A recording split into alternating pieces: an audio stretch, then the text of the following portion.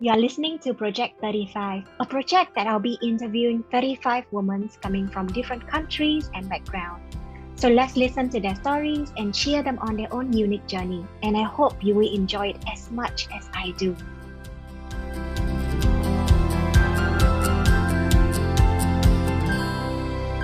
Hi Heta, how are you doing today? Hey Tiffany, I'm good. How are Yes, you? I'm doing good as well. And first of all, thank you so much for giving me a chance to interview you today. And I'm really happy to have you as part of Project 35. This is our very first time seeing each other in person as well. Yes, I think I'm really flattered. So please don't thank me. I think it has been a great opportunity to come up on a platform like this. And frankly speaking, I was quite intrigued as to how this whole Project 35 would shape up. So yes, it's great being here, and I'm happy to talk to you about my life and the way things have been so far. That's great to hear. So, first of all, would you like to give a bit of introductions about yourself? Maybe where are you from, and what is your hobby? What do you do during your free time, and what are you currently doing for a living? Sure. So I am a lawyer and a company secretary by profession. I have close to 20 years plus work ex, and just very recently, about a year and a half ago, I started my own journey as an entrepreneur. Hmm. So I have my own company now, and it has been a great experience moving and transitioning from being an employee to being an entrepreneur. So Hmm. that's been challenging as well as rewarding in its own way, and I enjoy every bit of it. My Hmm. work actually is interesting because it makes me talk to a lot of startup founders, right? So I work with within the startup ecosystem, and I work with founders, and I actually help them with their pain points in terms of regulatory compliance and legal landscape in India, right? So any kind of startup or any company that is looking to set up in a formal business structure, or if there's any kind of startup who wants to come into India, or if there's a company that wants to invest into India, Hmm. or if there are Indian companies who want to set up ventures abroad, if they want to set up their companies abroad, right? So this is the entire space where I help people in. It's amazing, it's fantastic, and I tell you, the kind of people who come out with ideas these days, these startups, they are simply magnificent. So that's been great, and it's been a rewarding journey on the professional front. On a personal front, I'm a single mom since June 2016, and it's been great. I think Hmm. I have raised my daughter, who's now a teen actually, and will be an adult soon. Hmm. And in my free time, I actually enjoy outdoors. I love Hmm. dancing. I have done Latin dancing, and I usually go dancing once a week for sure. Hmm. And I also try and engage in other outdoor activities like going for walks or cycling or hiking. Monsoons in India is amazing. So usually there are monsoon treks, monsoon trails, monsoon hikes. There are lots of lovely places you can visit. So balancing all of this together in terms of my work, my lifestyle, my daughter, Hmm. that takes up a lot of my time. Hmm. I It's an see. amazing life. I'm thankful, and there are no complaints. That is great to hear. And you mentioned that being in an entrepreneurs, and then you have a daughter being a single mom, and you also having a lot of time spending for your own activities, dancing and so on. So how did you? What is your tips when it comes to time management? Because as a person, when I first started from working as an employee to shift to an entrepreneur, I thought I'm gonna have a lot of time, but end up I feel that sometimes there's a very blur line between work and personal life. So how did you manage all of that? So let me tell you, the initial few months when I started my company, which was called Decidium Solutions. Decidium is disruption in Latin, and I wanted to do something disruptive in my own field, hence the name Decidium Solutions. So when I started Decidium, I did a soft launch in October 2020, and thereafter I formed my company in April 21. So for the first 6 to 8 months, I was literally like a headless chicken, right? You're just like You're just like doing stuff, and you're just going at all places, everywhere. You're just being stretched in all directions. You kind of find it difficult to get focused, because you think you want to do this, you want to do that, you want to give time here, you have to give time there. This sounds great, that sounds great, everything looks very lucrative and everything looks great, because in your journey, in your professional journey, before you became an entrepreneur, you've done everything, right? So then that's why you feel that, okay, I think I can do this, I can do that, right? So for me, the key was actually, as the time passed, my focus sharpened, and I realized that, okay, this is the way I want to go to. So it did take time. So having a focus into what I wanted to do helped me eliminate all the other noise that was around it, and spend that much more time with my daughter, my mom, my family. And the interesting thing is that when I started my career, which was in 2001, right? That is over 20 years ago. I was very clear that I would always have me time. So I refused to work 16, 18 hours the way typical lawyers and compliance people do. And I was like, no, I will work for a particular time, but it is very important for me to have my own time as well, right? So that has kind of transitioned all my life into all my work environments. And even now, when I work for myself, when I have my own company, that aspect has stayed. So I am pretty much clear that, yes, I have to nurture the CDM, I have to grow it, but I don't want to be an overnight sensation and fade out. I'm going to let things take its own time, and slow but steady. Progress is slow but steady. So keeping everything balanced has been something that I've been doing from years now. So it wasn't kind of difficult, but as I said, fine tuning what I want to do, how I want to achieve it, and the manner in which I'll go about it made a big difference. I see. Yeah. So what I hear is, having a right focus, knowing what you wanted to do, and having me time. Because I agree with you, we can't pour from an empty cup, and a lot of time we really need to recharge so that we can be there, for our business and also for our family members. So as you mentioned, for your mom and for your daughter as well. Yep. Yeah. So So I love that. I am also reminded of one of your stories that you put up, wherein you had mentioned the new you, wherein earlier you had said that, I think your daughter was crying and you were out for a dinner with your friend, and you were like, if it was the earlier me, I would have dropped everything and then rushed home. But now I know how to speak, how to balance it out and pause. I love that. I love that. And how is his your daughter response to that? Did she kind of seeing the shift in you, the way that you are responding to her needs and and everything? So one thing is that my daughter is secure about the fact that she is my number one priority. As in, That's like, good. come what may, she knows that if there is something and somewhere where she genuinely needs me, I will be there, right? I mean, that goes without saying. And she has seen me over the years. She's pretty much attuned to the way I work and the way I go. As in, like, she knows my mom will go at least once a week dancing. So she's aware of that. Then if I have to go more than once, then she'll understand. She'll know. Earlier I used to go twice a week, right? And it may sound, I think, like a cardboard box thinking, but the understanding I had with her is Monday to Friday is completely my time with you. Saturday, Sunday, Monday to Thursday is my time with you. Friday, Saturday, Sunday after 7 p.m. is my time. So that's how we have been working. Though now I find myself more and more wanting to spend more time with her. So that's automatically taken care of. And pandemic brought a huge change into the dynamics of our relationship as well. She got so used to seeing me at home now, and we become so much more closer. That is good. So That's good. so yeah, that's a relationship which is beautiful, and that's what it's going quite well.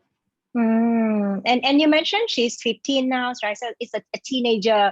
So Yes. what do you find is like the biggest challenge, the moment that she turned into a teenager? Is there anything like, you feel very hard to talk to her, or things that she feel very sensitive about?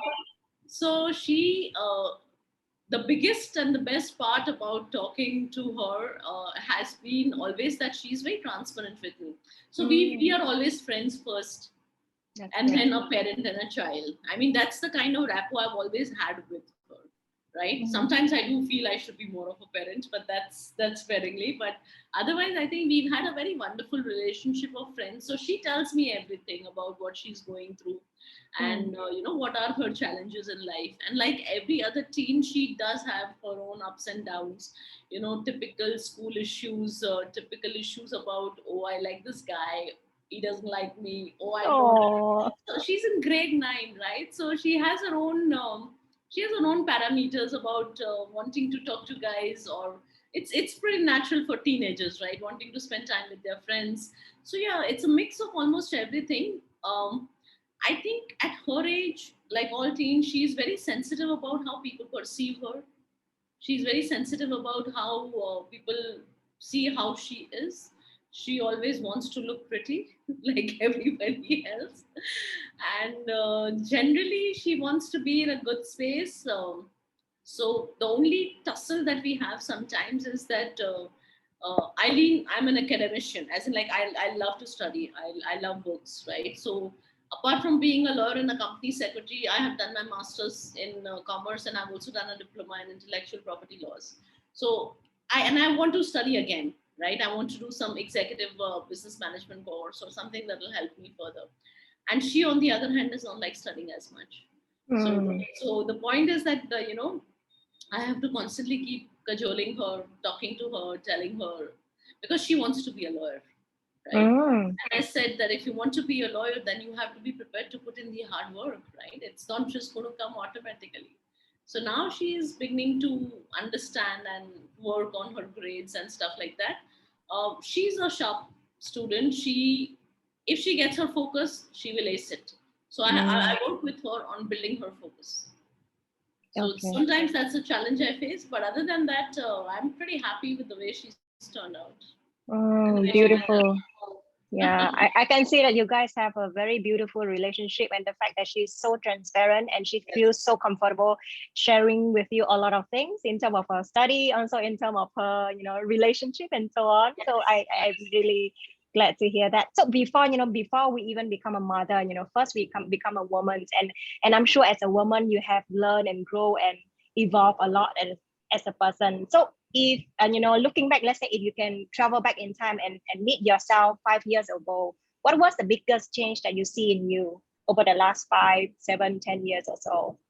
So I think I had a paradigm shift when I got divorced in 2016. Right, that's about 8 years ago.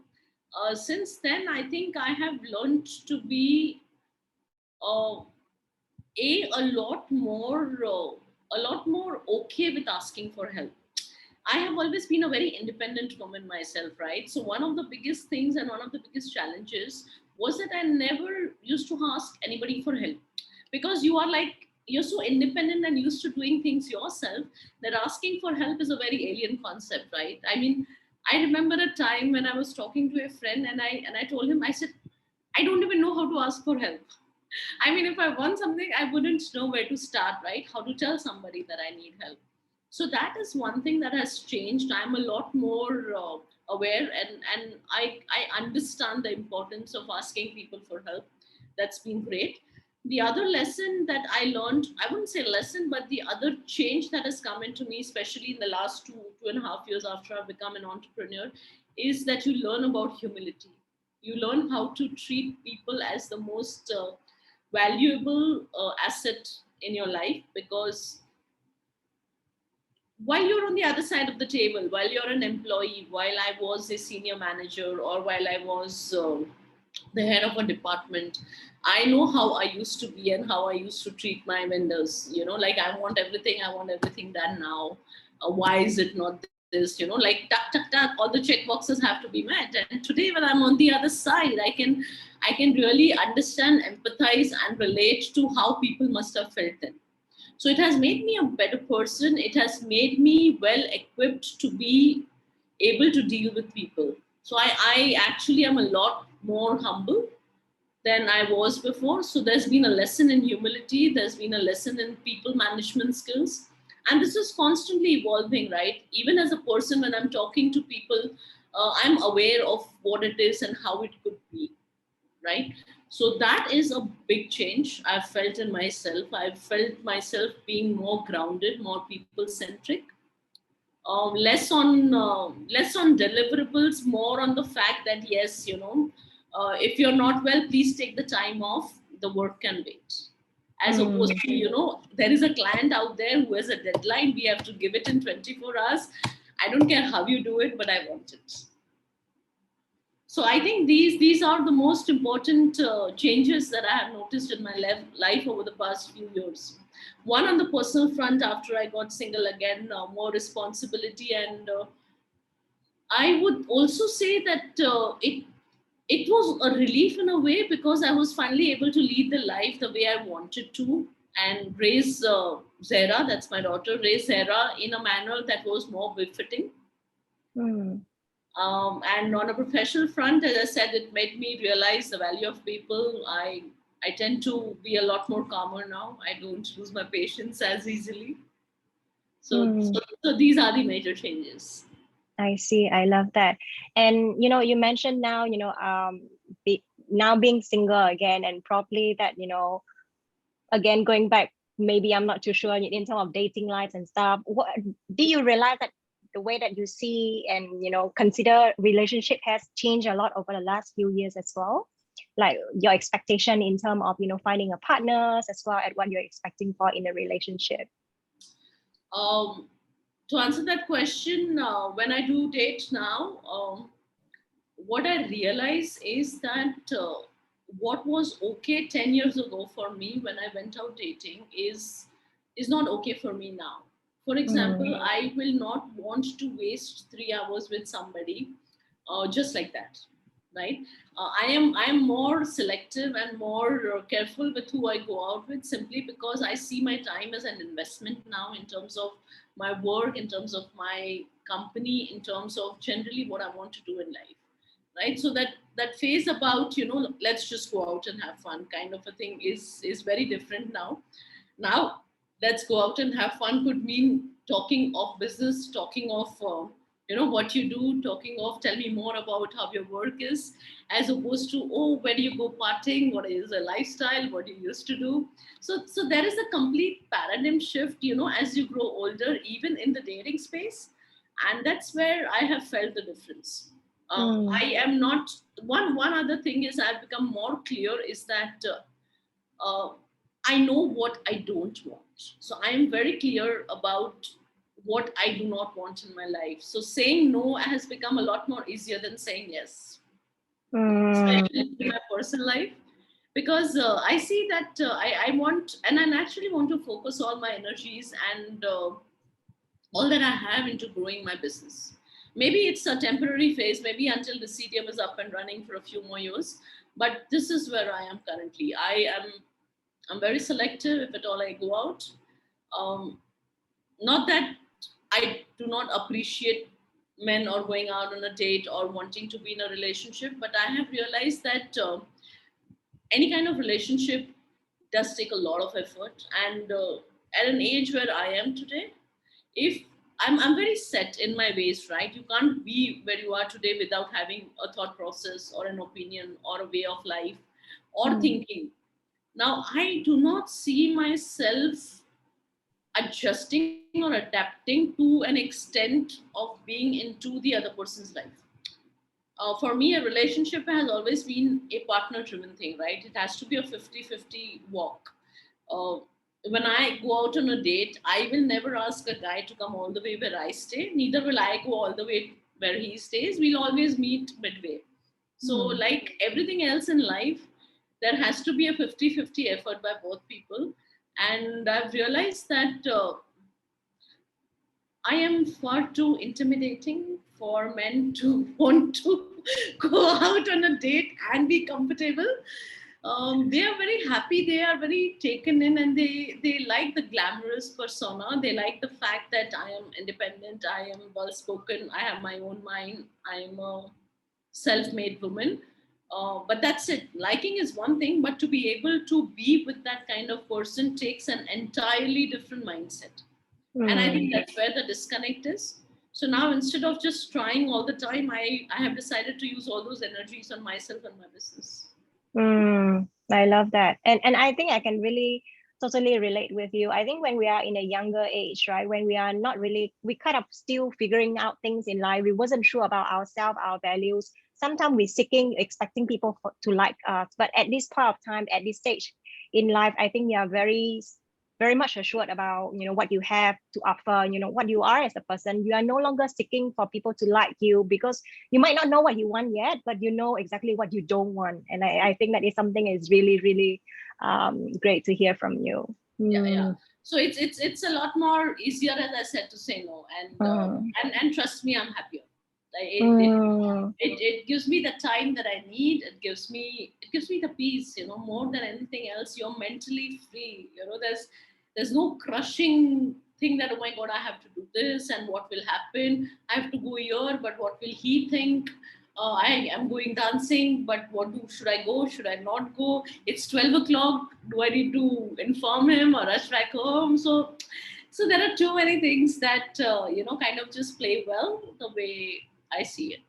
yeah, and I think at this stage, sometimes we just love our freedom too much. We have full freedom to do and to go and be whatever we want. And Absolutely. sometimes Yeah. it's not easy to involve another person because they have completely different lifestyle, different the way they wanted to do things, this and that. So I think a lot of adjustment, but as long as you are happy the way you are, then go for it. Yes. Yes, I love that. Love that. Yes. And so yeah. So thank you so much, Heta. I really enjoy our conversation and what you are sharing with us so far. So Sure. before we saying goodbye to each other, is there any like one last message? The biggest lesson that you believe that all women out there should know? I think generally, from what we were before, women are today in a in a much better space. They're a lot Mm, more comfortable in their own skin. They really know what they want. They're not afraid to ask for what they want, and more importantly, they're not afraid to say no when they don't want something. Right? I do support women's liberation, feminism, and I am all for it. But at the same time, I think somewhere down the line, most women, that there's always a balance required, right? So while I kind of support everything that's going on, sometimes I feel that certain segments and certain set of people takes women liberation and feminism to such an extent that it it kind of becomes male bashing most of the time. So as far as relationships are concerned, as far as people are concerned, I my advice would be to just go with an open mind. And what has always worked for me is to be transparent, right? So if you're not looking for something, please make it very clear that this is something. I'm happy to go out with you, but this is what it is. If you have an expectation and I have a Y, then maybe we are not good together, or maybe we can just be together as friends. So there are people I connect with, and I realize there is nothing in common, right? So I have to tell them, look, it's great, but I don't see this going anywhere, right? And if at all you want to take it ahead, then maybe I'm not the right person. So mm, actually being upfront and being telling people what you are looking for or what you're not looking for, I think goes a great way. It goes a long way in clarifying and making things clearer, right? There's less of bad mouthing. There's less of angst. Everybody mm, is okay in their own space, and mm. I don't think there's any limit to what women can do, honestly. So yeah, we can. I am a single mom. I can vouch for the fact that. While I am not saying that it has been superb, but I will definitely say that living in an all women household, so I stay with my mom and my daughter. So we are three generations in one house, right? That itself is very challenging because my daughter's thinking is here, my mother's thinking is here, and I'm in between. So I am kind of like sandwiched between both the generations. But Mm. but living in an all women household can be very rewarding, very exciting, and you get all the freedom in the world to explore yourself and be yourself. Mm. Love that. So living in a family of 3 generations, right? How I imagine you are like working as a mediator, to balance between your mom and your daughter. How do you manage to do that? So I will tell you it most of the time. Most of the times it's not that bad, but there'll be times when my daughter will be like, "But this is how it is. Why isn't she understanding?" And I'll tell her, you are 15 years old. She's 65 years old, right? I said there is so much of an age gap. Sometimes I'll talk to my mom and I'll tell her, "This is not what you can say to her. You can't be raising her the way you raised me, right? You can't be telling her the same things that you tell me." Because you mentioned, right, this generation today is very, very quick to not take things lying down. So if at all you tell them something and they don't like it, they will tell you, right? My mom comes from a generation where you it answering back was unheard of, right? And Exactly. she does not understand the concept that she's just 14 years old. How can she talk back? So whereas my daughter, she thinks that, I am my own person. I will not take anything lying down. Why should I not speak when this is not the way it should be? So that understanding that comes with age, that you cannot win all the battles, is still a new concept for my daughter. For my mom, it's largely like, this is what it is, and it's very difficult for her to change at her age. So you're right, most of the times I end up either being a mediator, or I will be like, okay, both the camps, please separate, take your time and then talk. But it's Mm, not that often. Let me tell you, I think we're pretty much okay and aligned in terms of how we live. uh, Most of us, like my daughter has been with us from the time my mom has practically raised her, right? I was working. mm, So she's very close to my mom. My mom is close to her, and now she's close to me as well. So I think I would say 80% of the time we are great. We're all well aligned, and those 20% everybody gets that kind of ups and downs. mm. But happy and blessed, and thank Yeah, you. that's I've had my mom who's been a great support in my life, and I'm telling you, nothing can ever replace that. mm, love that. And I think is relationship is, managing relationship, navigating relationship is always an art. And as you mentioned, right, is a journey, and it's very rewarding because we are not just learning from our mother, but we're also learning a lot from our child. It's not because they are young, they have nothing to offer. They are also, full of wisdom. The new generations have a lot of things, different way to see life. And I think there's a lot of things we can learn from them as well. So I really happy that you have amazing two women in your Yeah, life. yeah, oh, absolutely. I consider myself a well advanced woman in terms of my thoughts, in terms of the way I live, and generally aware of a lot of Hmm. things. But trust me, sometimes I get stumped the way Sarah says certain things. I'm like, where did I'm this come sure, from? right? How did this come from? So yeah, there is a lot of learning, and sometimes, as you rightly said, you don't know who's the mother and who's the daughter. Right, I know, right? So is but Yes, I yes. really can see that, you're happy, you're glowing, and you're very content, with your life, your careers. And I'm really, really happy to see that things are going well in your life. So once again, thank you so much, Hetal, and I, wish you all the best in life. Thank you so much. The pleasure's been all mine, and I wish you luck with Project 35. It's been great talking to you, Tiffany. Yeah. Thank you so much, and have